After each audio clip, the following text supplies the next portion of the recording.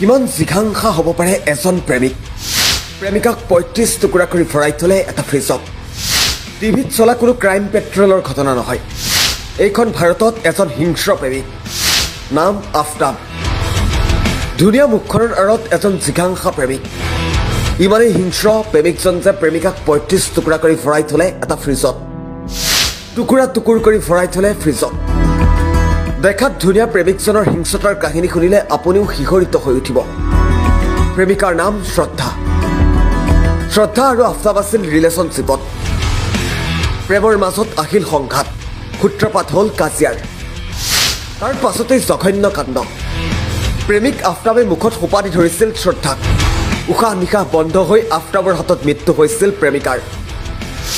শ্ৰদ্ধাৰ মৃত্যু হোৱা বুলি জানিব পাৰি ভয়ত কঁপি উঠিছিল আফতাব। এইবাৰ ক্ৰাইম পেট্ৰলত দেখুওৱাৰ দৰে কৌশল অৱলম্বন কৰিলে প্ৰেমিক আফতাবে। শ্ৰদ্ধাৰ মৃতদেহ চোকা অস্ত্ৰৰে টুকুৰা টুকুৰ কৰি ভৰাই থলে এটা ফ্ৰিজত। ৩৫ টুকুৰা কৰি পেলালে শ্ৰদ্ধাৰ নিথৰ দেহ। মুম্বাইৰ এটা কল চেণ্টাৰত শ্ৰদ্ধাৰ সৈতে চিনাকি হৈছিল হত্যাকাৰী আফতাব।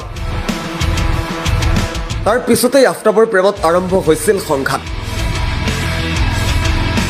সংঘাতৰ ভয়ানক পৰিণতিৰ ফলতেই ৩৫ টুকুৰা কৰি পেলালে শ্ৰদ্ধাৰ দেহ।